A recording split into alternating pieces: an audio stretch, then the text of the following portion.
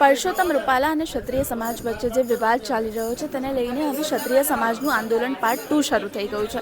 આ આંદોલન પાર્ટ 2માં પ્રતિક ઉપવાસ પર ક્ષત્રિયાણીઓ બેઠી છે. અહીંયા અમદાવાદમાં ગોતામાં રાજપૂત સમાજના ભવન ખાતે ક્ષત્રિયાણીઓ પ્રતિક ઉપવાસ પર બેઠેલી છે. આ પ્રતિક ઉપવાસ 7 દિવસ સુધી ચાલશે. આપણે આ ક્ષત્રિયાણીઓ સાથે સીધી વાતચીત કરીએ. તમારો પરિચય આપશો? દક્ષાબા સિસોદિયા, રાજપૂત વિદ્યાસભા મહિલા સંગઠન મહિલા પ્રમુખ. પરસોત્તમ રૂપાલાએ જે આ વિવાદિત ટિપ્પણી કરી પણ ત્યારબાદ પણ તેમને હટાવવામાં નથી આવ્યા અને હવે તો ફોર્મ પરત ખેંચવાની પણ તારીખ નીકળી ગઈ છે. હવે તમારું જે પાર્ટ 2 આંદોલન ચાલુ થઈ ગયું છે એના વિશે શું કહેશો? પાર્ટ 2 આંદોલન તમને ખ્યાલ આવી જ ગયો હશે કે મોદી સાહેબ જે ગુજરાતમાં આવવાના હતા તો એમણે કેન્સલ કર્યું. કેમ કેન્સલ કર્યું એ બી તમને ખ્યાલ આવી ગયો. એ અમારા પાર્ટ 2ની શરૂઆત હતી. શું લાગે છે ક્ષત્રિય સમાજ માટે જે વિવાદિત ટિપ્પણી પરસોત્તમ રૂપાલાએ કરી પણ ત્યારબાદ ભારતીય જનતા પાર્ટીએ તેના વિરુદ્ધમાં કોઈ પગલાં નથી લીધા કે કોઈ એક્શન નથી લીધી અને ત્યારબાદ ફરી એક જૂનાગઢમાં પણ આવો જ એક કિસ્સો બન્યો છે. જૂનાગઢના જે પ્રમુખ છે કિરીટભાઈ પટેલ, તેમણે પણ ક્ષત્રિય સમાજને લઈને એક વિવાદિત નિવેદન આપ્યું છે. તેના વિશે શું કહેશો? બસ અમે એ જ કહેવા માંગીએ છીએ કે આજે તમે જે યોગ્ય પગલું ભરવાનું હતું એ કેમ ન ભર્યું. એટલે આ તો સમાજમાં બધાને ટેવ પડી ગઈ કે આજે આ વ્યક્તિ બોલી, કાલે બીજી વ્યક્તિ બોલી છે. એ પણ એનો અનુભવ તમને ખબર પડી ગઈ કે જૂનાગઢમાં પણ એ પ્રમુખે જ્યારે એને ભાષણમાં આપ્યું છે કે ભાઈ રાજા રાણીની જે પેલી બોડી લંગડી લૂલી જે રાણી હોય એના પેટે જે દીકરા જન્મે એ રાજા બનતા હતા, બરાબર ને? અત્યારે હવે મતપેટીમાંથી રાજા બની શકે છે. તો પછી અને એ તમે જે અંજન વ્યક્તિ છે એનું પણ તમે એમ કે અપમાન કર્યું છે. તો આવું તો આ તો વારાફરતી બધા કરતા રહેશે. તો એનો કોઈ મતલબ નથી ને કે આ તો તમને એક ટેવ પડી ગઈ કે કશો વાંધો નહીં, ચલો આજે બોલી કાઢો, માફી માંગી દો.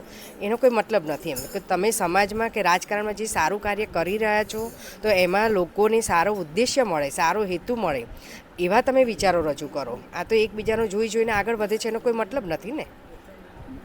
આપણી સાથે બીજા પણ ક્ષત્રિયાણી છે, આપણે તેમની સાથે વાતચીત કરીએ. બેન, તમારો પરિચય આપશો? મારું નામ ગીતાબા વાઘેલા. જે ક્ષત્રિય સમાજમાં અત્યારે જે આંદોલન પાર્ટ 2 ચાલી રહ્યું છે તેને તમે કઈ રીતે જોઈ રહ્યા છો? પાર્ટ 2 આંદોલન અમારું લાંબુ ચાલશે. આ આંદોલન જ્યાં સુધી અમારી અસ્મિતાનો સવાલ છે એનો જવાબ નહીં મળે ત્યાં સુધી આ આંદોલન જારી રહેશે અને એના માટે અમારી રણનીતિ ઘડાઈ ગઈ છે. સંકલન સમિતિ એના પગલે બધાય ચાલે છે. અત્યારે જે વિવાદિત ટિપ્પણી જે પરસોત્તમ રૂપાલાએ આપી ત્યારબાદ ફરી એક એવી જ વિવાદિત ટિપ્પણી આપવામાં આવી છે પણ સરકાર હજી પણ મૌન છે અને એવું કહી શકાય કે સરકાર દ્વારા અલગ અલગ જગ્યાએ બેઠકો કરવામાં આવી રહી છે. તેના વિશે શું કહેશો? તમને નથી લાગતું કે આ બધાને આદત પડી ગઈ છે દરેક વ્યક્તિની ટિપ્પણી કરવાની? કંઈ રાજા રાણીની એની ટિપ્પણી થોડી કરી શકાય? એક વખત અસ્મિતા ઉપર, અમારી અસ્મિતા ઉપર એમને ટિપ્પણી કરી, હવે એમને આ રીતે રાણી ઉપર ટિપ્પણી કરી. તો રાણીનો દીકરો એ રાજા થવાનો જ છે, દરેક વ્યક્તિને ખબર છે. મતપેટીમાં તો મત ખોટા નખાય છે એ પણ બધાય જાણે છે. અને અત્યારે જ્યાં ત્યાં સભા સંબોધાય છે ત્યાં ભાડુઆત લાવીને બેસાડાય છે. સાચી પબ્લિક કોઈ આવતી નથી.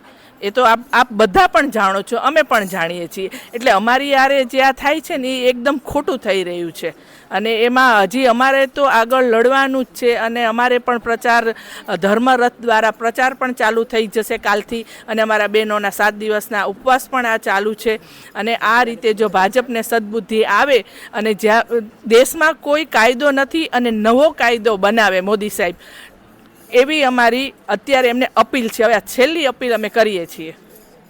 આપણે કરણસિંહ ચાવડાએ હમણાં જ એક જાહેરાત કરી કે 25 તારીખે અંબાજીમાં એ લોકો અંબાજીથી કાફલો કાઢશે અને ત્યાંથી પછી ધર્મરથ અલગ અલગ જગ્યાએ જશે. તેને કઈ રીતે જોઈ રહ્યા છો તમે?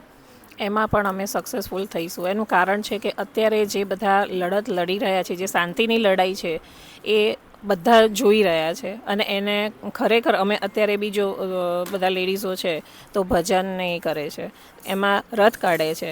અમે રાજકોટ બી આટલી બધી પબ્લિક ભેગી થઈ તો શાંતિની લડાઈ અમે લડીએ છીએ. તો મોદીજીને એટલું કહેવાનું કે તમે આ બધું જુઓ અને અમને સાચો ન્યાય મળે એ માટે અમે બેઠા છીએ કે સાચો ન્યાય મળશે તો જ બધી પબ્લિકને એમ થશે કે ના, અમે જે અત્યાર સુધી આ કર્યું એ યોગ્ય છે. આપણે વીરભદ્રસિંહની આપણે એક નિવેદન સાંભળ્યું કે તે હવે કહી રહ્યા છે કે તે હવે પંજાને મત આપશે. તો ભારતીય જનતા પાર્ટીએ તમને ક્ષત્રિય સમાજને અત્યાર સુધીમાં કોઈ સમર્થન નથી આપ્યું અને તમારી ક્ષત્રિય સમાજની એક જ માંગ હતી કે પરસોત્તમ રૂપાલાને પાછા ખેંચવામાં આવે, પરંતુ એ માંગ નથી પૂરી થઈ. તો હવે આગળની તમારી રણનીતિ શું છે કે આ લોકસભાની ચૂંટણી જે આખી થઈ રહી છે તેમાં 26માંથી કેટલી બેઠકો પર તમારું આંદોલનનું પ્રભુત્વ પડી શકે? આ તો બધાનું સ્વયંભૂ છે, જેને જેમાં વોટ આપવો હોય એમાં એ આપી શકે છે. અમે ભાજપના વિરુદ્ધ પહેલાં બી નહોતા અને હવે થવું પડે છે, કારણ કે અમને સાચો ન્યાય નથી મળ્યો અને અમને કોઈ ત્યાંથી સ્ટેટમેન્ટ નરેન્દ્ર મોદી તરફથી નથી મળ્યું એટલા માટે. બાકી બધાનું આ સ્વયંભૂ છે, જેને જે યોગ્ય લાગે એને એ વોટ આપી શકે છે. બેન તમે શું કહેશો કે અત્યારે જે આ પરસોત્તમ રૂપાલાના વિરોધમાં મોદીજી હજી પણ સામે નથી આવ્યા અને તેમનું કોઈ નિવેદન નથી આવ્યું, તે શાંત થઈને બેઠા છે અને અલગ અલગ જગ્યા પર હર્ષ સંઘવી છે કે અમિત શાહ છે, બધા બેઠકો યોજવામાં આવી રહી છે. આ બેઠકોનું સંકલન સમિતિ છે તેનું પણ નામ જોડવામાં આવે છે કે સંકલન સમિતિના સભ્યો આમાં જોડાયેલા છે. શું કહેશો આમાં? આ અમારી અસ્મિતાની લડાઈ છે. સંકલન સમિતિની બી રણનીતિ નક્કી જ છે અને અમારા જે ભાઈઓ છે, જે બહેનો છે, આ અમે જે લડત આપી રહ્યા છે એ અમે છેક સુધી આપીશું. ગમે તે બેઠક યોજાય, ગમે તે આની સાથે અમે કોઈ દિવસ કોમ્પ્રોમાઇઝ નહીં કરીએ. આ તો અમારી લડત રહેશે જ. આંદોલન પાર્ટ 2 જે અત્યારે ચાલી રહ્યો છે તેમાં પ્રતિક ઉપવાસ પર જે મહિલાઓ બેઠી છે, આ પ્રતિક ઉપવાસ ક્યાં સુધી ચાલુ રહેશે? અમે અત્યારે 7 દિવસના પ્રતિક ઉપવાસ અમે ચાલુ કર્યા છે ને મા શક્તિની આરાધના આજે 4થો દિવસ છે અને અમે ક્ષત્રિયોએ અમે શિવ અને શક્તિના ઉપાસક છીએ. અમે મા શક્તિની આરાધના કરીએ છીએ. માતાજી અમારું આ જે સાંભળશે અને અમને આના માટે ન્યાય અપાવશે એવી અમને શ્રદ્ધા છે. બેન તમે શું કહેશો, જે આખું ક્ષત્રિય સમાજનું જે આંદોલન ચાલી રહ્યું છે, પાર્ટ 1માં ક્ષત્રિયોની એક જ માંગ હતી કે પરસોત્તમ રૂપાલાની ટિકિટ રદ કરવામાં આવે, પણ ટિકિટ રદ ના થઈને હવે તો ઉમેદવારી પરત ખેંચવાનો સમય પણ નીકળી ગયો છે. હવે આંદોલન પાર્ટ 2 શરૂ થઈ ગયું છે. આંદોલન પાર્ટ 2 ક્યાં સુધી શરૂ રહેશે અને આની કેટલી અસર પડશે? આંદોલન પાર્ટ 2ની બહુ જ મોટી અસર થશે. અમે જેટલું શાંતિથી અને એકદમ ધીમે ધીમે જે પગલાં લઈએ છીએ એ અમારા પગલાં ખરેખર ચોક્કસપણે અમારા લક્ષ્ય સુધી લઈ જશે અમને. And we are stern in our decision. We are not going to change any of our decisions at present. જે લોકો એવું કહે છે કે સંકલન સમિતિ આની જોડે ભળી ગઈ, તેની જોડે ભળી, એવું કશું જ નથી. સંકલન સમિતિ એનું સ્ટેન્ડ લઈને જ રહેશે અને એમનું સ્ટેન્ડ મક્કમ છે. They are not going to change the stand. શું લાગે છે, પરસોત્તમ રૂપાલાએ જે વિવાદિત ટિપ્પણી કરી પણ ત્યારબાદ તેમના પર કોઈ કાર્યવાહી નથી કરવામાં આવી અને હવે જૂનાગઢમાં ફરી એક આવો જ કિસ્સો બન્યો છે. જૂનાગઢમાં ફરી કિરીટભાઈ પટેલ દ્વારા પણ ક્ષત્રિય સમાજને લઈને, રાણીને લઈને જે વિવાદિત ટિપ્પણી કરવામાં આવી છે તેને કઈ રીતે જોઈ રહ્યા છો તમે? હું એને બીજી રીતે લઉં છું. જેમ એમણે કીધું કે રાણી બાડી બોબડી હોય તો બી એના દીકરાને રાજા બનાવવામાં આવે છે, તો of course that is our blood. ભલે રાણી લૂલી લંગડી હોય કે બાડી બોબડી હોય, પણ એ લોહી તો રાજપૂતનું છે ને. એ રાજપૂતને જે એમની કુખે જેને જન્મ લીધો છે એ રાજાનો પુત્ર છે, તો એ તો એનો હક છે રાજા બનવાનો. એમાં કોઈ શકને કોઈ ચાન્સ જ નથી. અને એ બધા જે વાણી વિલાસ કરે છે એ એમની એકદમ ખરાબ શબ્દમાં ન કહી શકાય, પણ બહુ નીચામાં નીચી કક્ષાની એમની માનસિકતા પ્રદર્શિત કરે છે. That is there way of thinking. That is not Rajput way of thinking. Rajputs are royal, they will be royal always.